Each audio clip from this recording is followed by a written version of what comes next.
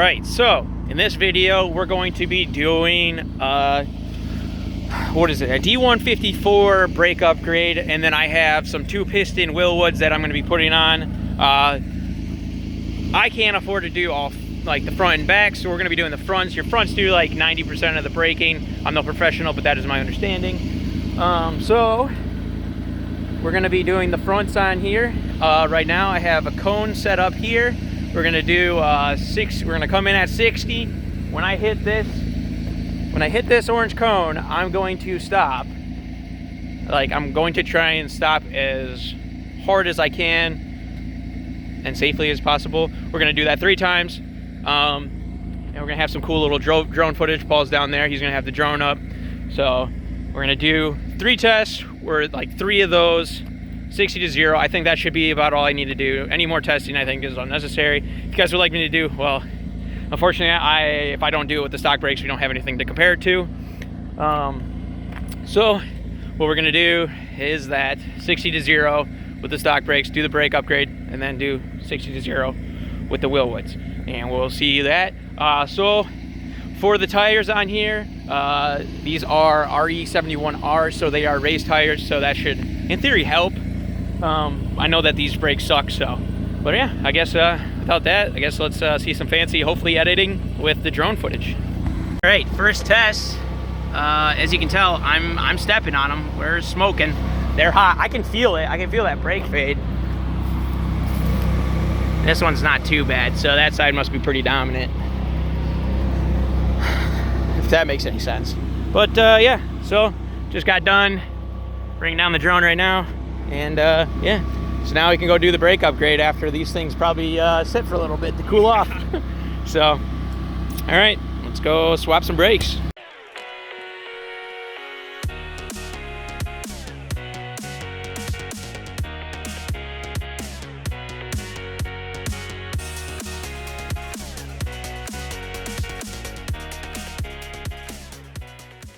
Alrighty, so got the wheel off. So we got to pull this cotter pin here out, take off this axle nut. I'm gonna have to look and see how loose you got to make those. This stuff's still really warm from the test. Then we got to unbolt all this crap back here, and then bolt the bracket on, bolt the caliper on. We got to put the new hub on there and the rotor, and we get the point. It's a brake job. So this is what she looks like, and I guess we'll I'll show you. I'll show you the editing magic on the other side. So let's do that. Okay, so I'm already doing a terrible job at filming here. Let's zoom out. All right, so in order to get this bad boy off, there will be a cotter pin. So pull the cotter pin out, and then this nut is gonna just be barely, it's gonna be snugged up basically. You don't want to tighten this or over tighten it because you'll destroy these bearings. So you take off cotter pin, take off this nut. Well, you also got to take off the cover first, but and then you'll have this washer, and then you'll have your bearings, and then obviously that whole rotor just pulls right off. You have your bare spindle. So some things we found out, the brackets that we have do not have, like, they need spacers. All right, so I'll show you that when I get there. So next step would be you need to grab yourself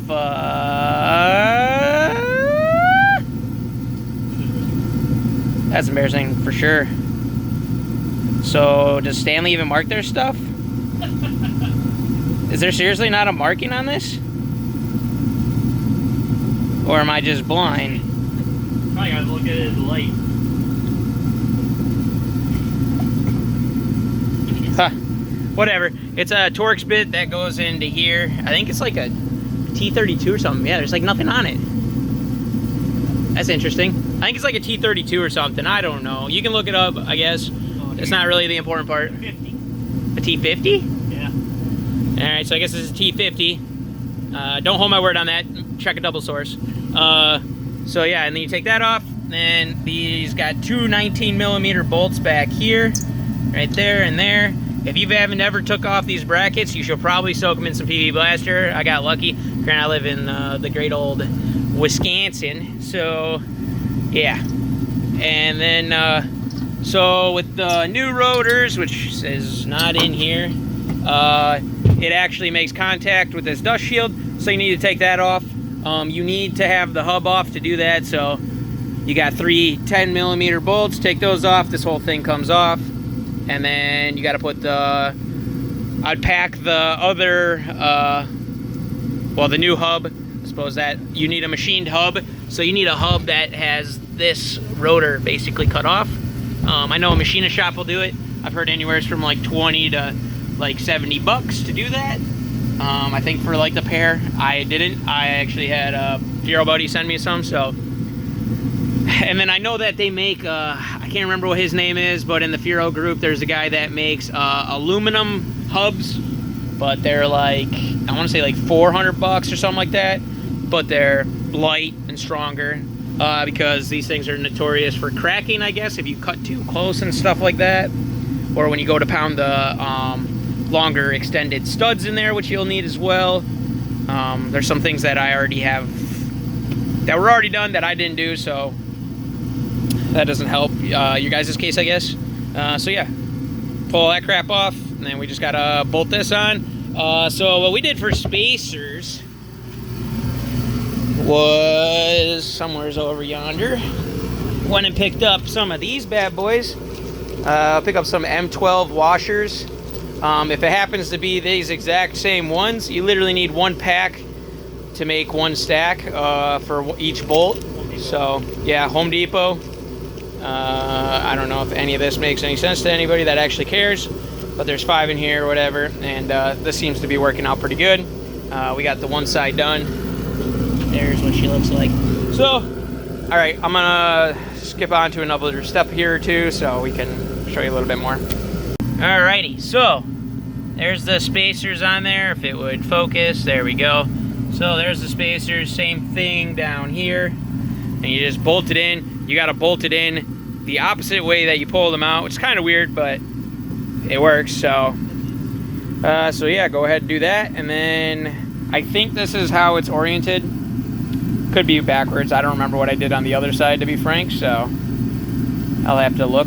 So, but yeah, I think that's how it goes, so should be good. And then we just gotta mount up the rest. So here is that on there. So like I said, you got to pull this guy off, and then that reveals the collar pin and the nut. So you pull all that crap off. And then here's the rotors.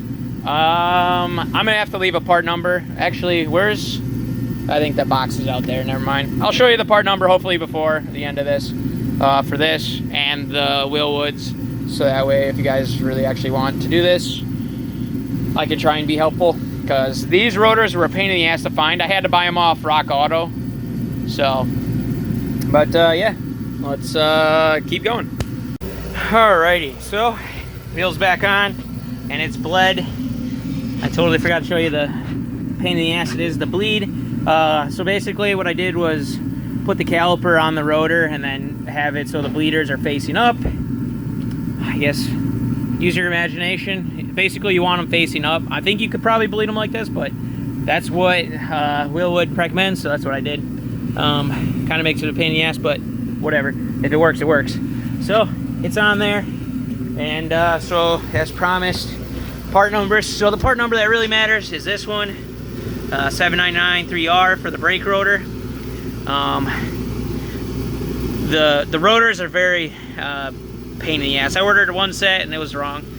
They're whatever company that is, RAYBESTOS, and here's the bolts that I used for the, I put new bolts in the caliper, if I can use my words. I guess there's the part number, 13940. I'm pretty sure you can get these straight up at O'Reilly's or whatever you have. And then the Wilwoods are, if you want the dual piston, you can get a single piston, but I went with the dual piston, the 120-11-872 BK. That should get you the same Wilwoods I got. I think it was like, I don't remember, it was like 350 or something like that with the rotors, so, or the pads. I think I was looking at the pads. They're anywhere from $150 for a pair to like, I think the cheapest was like 60 bucks almost. It was like 58 bucks. So not too bad. But yeah, so should have the test here in a little bit in the next clip of how well these work. So let's do that. Alrighty, well, they're smoking. So there was definitely a learning curve with these. I mean, I literally just put these on, drove it a little bit.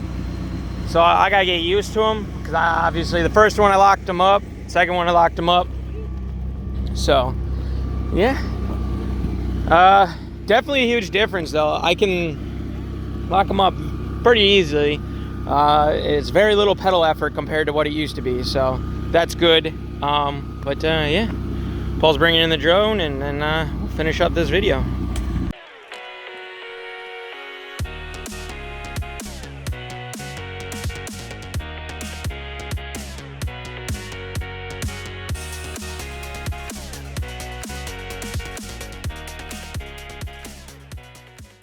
Alrighty, so I accidentally rubbed through this rear brake line because it was like sitting out like that for some weird ass reason, unlike the other side where it's tucked in a little bit like this.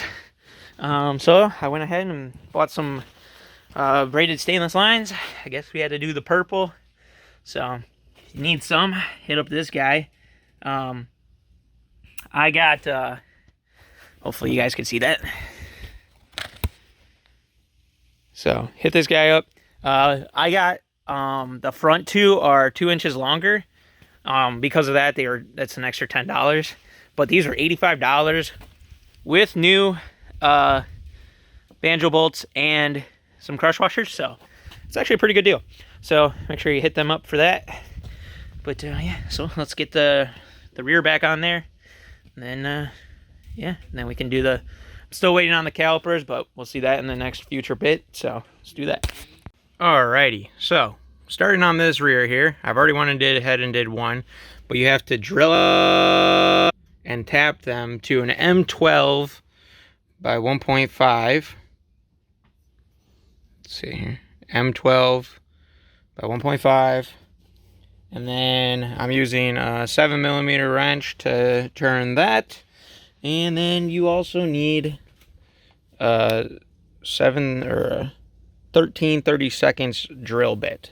So pretty much just drill this out. It's really close to this size already, so it'll catch on these threads, but other than that, just drill it out, run the tap through, and then if you don't know how to use a tap, all you have to do is put it in there, get it as straight as possible, and tighten it in, and then like every 3 turns tighten in, back it off. It'll cut the part that the shaving off, so it doesn't like jam up or get really hard, stuff like that, because if it does, it'll mess up the threads, and you don't want any of that. So but yeah, and so pretty much once you've done this, in order to fix it, you would not be able to run the stock brakes anymore. You would have to pretty much put a whole new knuckle on if you wanted to revert back to stock brakes. So, and then we'll also have to be like chopping off this stuff and kind of cleaning up the back sides and stuff. So yep, so I'll go ahead and get this side done, and then get that bolted on, and then we can clean up and all that good stuff. So let's do that. Alrighty, so that's pretty much what you gotta do. And then I used an M12 spacer, and just one of those in between there, and you're good to go. I'll probably have to trim down the bolts. You want to get like some M12 by 1.5, and I think they're like 40mm, but I couldn't find any. So but yeah, and you also want to get some longer ones for the front. I think the front ones are 40, the rears are 25. So, but yeah, so this will have to do for now. And then I'll just cut them down. So, and then we'll have to chop off this little guy right here. And I saw he had this chopped, so we'll see if I need to actually chop that or not. But yeah, other than that, so far so good. Alrighty, so it'll use the same rotors for the rear, and then this is what I bought for the rear. So this part number. So this should be the dual piston, but for the rear. So it'll be a little bit smaller piston, or pistons. So let's go ahead and unbox this, and we'll see. Alrighty, so got the other side done. Gonna zoom in because apparently that camera's dirty. So what we have to cut off, if you don't get like the shorter ones, we pretty much need to cut these off flush, these flush, and then you got to cut this guy flush, and that's all you really need to do. I mean, you don't need to take this thing off. I didn't have any issues. I mean, we'll see. And then also the new rotor, if you look on here, there's kind of a lip there. So that lip is actually making it so the new rotors won't fit on there. So you pretty much just got to take like a burr bit and oblong the hole for a little bit, and then it'll go on. That's what I did with the other side. Worked fine. It's just a snug fit. Make sure you use some anti-seize, because you got to press them on pretty much, and they'll never come off if you don't put anti-seize on. So let's we've got to put on our new line as well. So get our new line on and cut these off, and we can get this side on. So let's do that. Alrighty, figured to show you. So there's the difference. I'm assuming that this outer ring might be like the stock rings. I don't know, but yeah. So that's the rear ones that are a little bit smaller. So let's get these on. Alrighty, so just got done doing the brake test. And I'd say it went pretty well. I think it's gonna be a lot better now. So like the first time was stock, second time was just the front brakes, and then this last time is all four. And I also have the braided lines, if you want to consider that an upgrade as well for stopping performance. So it's got the whole shebang. It doesn't have an adjustable proportioning valve. That would probably help a little bit, allow you to dial it in a little bit more. But yeah, I think it stopped. We're gonna look at the drone footage and we'll know. I mean, you guys already know. So I'm actually gonna probably make this the end of the video. Hopefully you guys like the video. You guys know the drill. Like, comment, subscribe, share it, all that good stuff. So there's what she looks like. Got the Wilwoods in the back and the Wilwoods in the front. All the part numbers I should have put in there. Hopefully I'll remember to put them in the description. So, all right, see you guys later.